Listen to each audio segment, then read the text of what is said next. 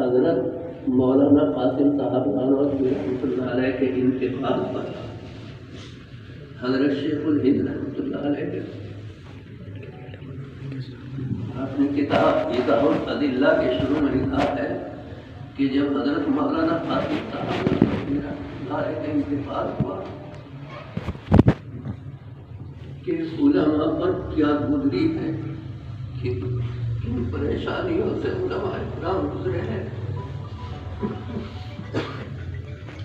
کہ مہینوں تک پڑھنے پڑھانے کا نام ہی نہیں رہا، پڑھنا پڑھانا ہی ہم لوگ بھول گئے، ان تک یہ حال رہا۔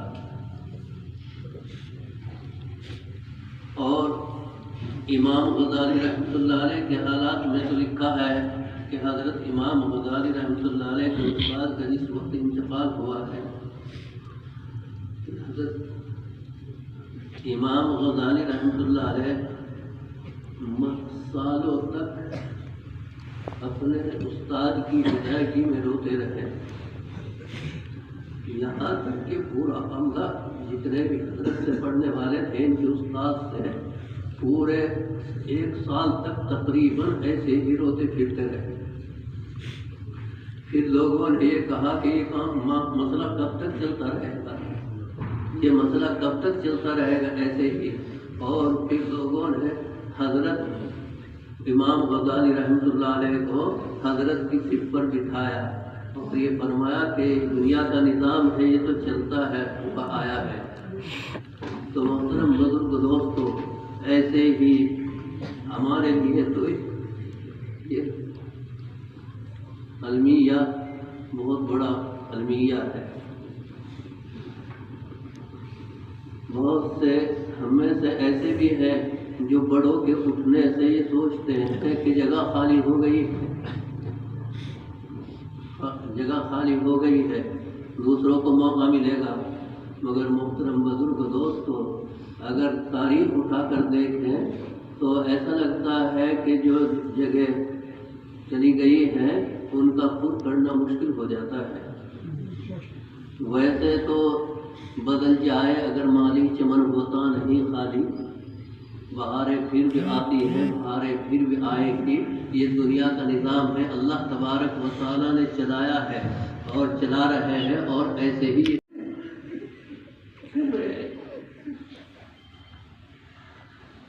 وہ ہمارے مدرسے کے لیے وہ وجود اور ان کا وجود ہمارے لیے بڑا غنیمت تھا۔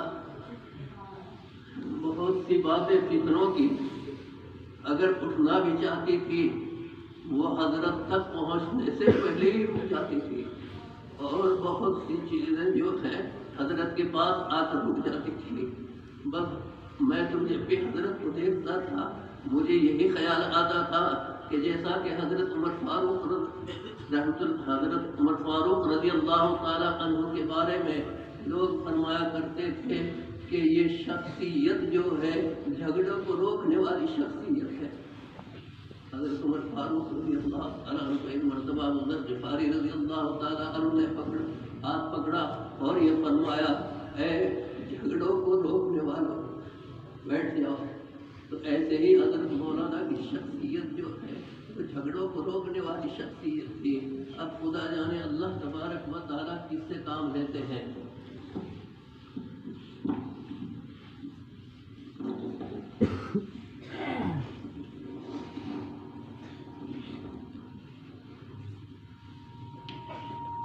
اس لیے ہمیں اپنوں پر صبر کرتے ہوئے ہمیں اپنے کام کو آگے بڑھانا ہے۔ جس وقت ڈپٹی عبدالرحیم صاحب کا انتقال ہوا تو بہت سے لوگ جو ہیں ایسے ہی تعزیتی جلسے میں بہت کچھ کہہ رہے تھے، تو حضرت مولانا محمد میاں صاحب دیوبندی رحمۃ اللہ علیہ وہ بھی اس جلسے میں شریک تھے۔ اس جلسے میں جب وہ شریک ہوئے بہت سے لوگوں نے حضرت کے اوصاف گنائے، تو حضرت مولانا محمد میاں صاحب رحمۃ اللہ علیہ نے کھڑے ہو کر یہ کہا کہ وہ تو تھے جیسے تھے، اب تم بتاؤ آگے تمہیں کیا کرنا ہے۔ حضرت نے یہ ارشاد فرمایا کہ وہ تو تھے اور وہ جا چکے ہیں، اب تو ان کے کارناموں کو تمہیں باقی رکھنا ہے، اب یہ سوچو کہ اب تمہیں کیسے کرنا ہے۔ تو اس لیے ہمیں بھی اب چاہیے کہ ہم اپنے حالات کو درست کریں. جھگڑوں کو تھامنے والی شخصیت جو ہے ہم لوگوں کے اندر اس وقت نہیں ہے. اس لیے ہر آدمی جو ہے اب بہت سوچ سمجھ کر قدم اٹھائے اور مدرسے کے حالات میں بہت اچھے طریقے سے ہی رہے, بہت محتاط طریقے سے رہے, ورنہ تو فتنے جو ہے سر اٹھائے ہوئے ہیں. اور یہ جو فتنے ہوتے ہیں ان میں لوگوں کی عقل مار دی جاتی ہے. بڑے بڑے فتنے اٹھتے ہیں اور ان میں لوگوں کی عقل مار دی جاتی ہے. تو اس لیے محترم حضرات, ہمیں اس موقع پر اپنا احتساب بھی کرنا چاہیے اور ہم سے جو کوتاہی ہوئی ہے اس کی ہمیں تلافی بھی کرنی چاہیے. اور ویسے مجھے تو امید ہے کہ حضرت رحمۃ اللہ علیہ کے شاگرد اتنے ہیں کہ اگر ایک مرتبہ بھی ہاتھ اٹھا کر حضرت کے لیے دعا کریں گے تو امید ہے کہ اللہ تبارک و تعالیٰ حضرت کی مغفرت فرما دیں گے. تو محترم بزرگ دوستو, ہمیں تو یہ کام کرنا ہے. اس لیے اپنے اس جو کام ہم پڑھا رہے ہیں اسے ہمیں اپنے طریقے سے بہت اچھے طریقے سے سنبھل کر کرنا چاہیے اور اللہ تبارک و تعالیٰ سے دعا کرنی چاہیے کہ اللہ تبارک و تعالیٰ حضرت کو جنت الفردوس عطا فرمائے اور اعلیٰ علم عطا فرمائے. دیکھو, ہر آدمی میں کچھ نہ کچھ خصوصیت ہوتی ہے.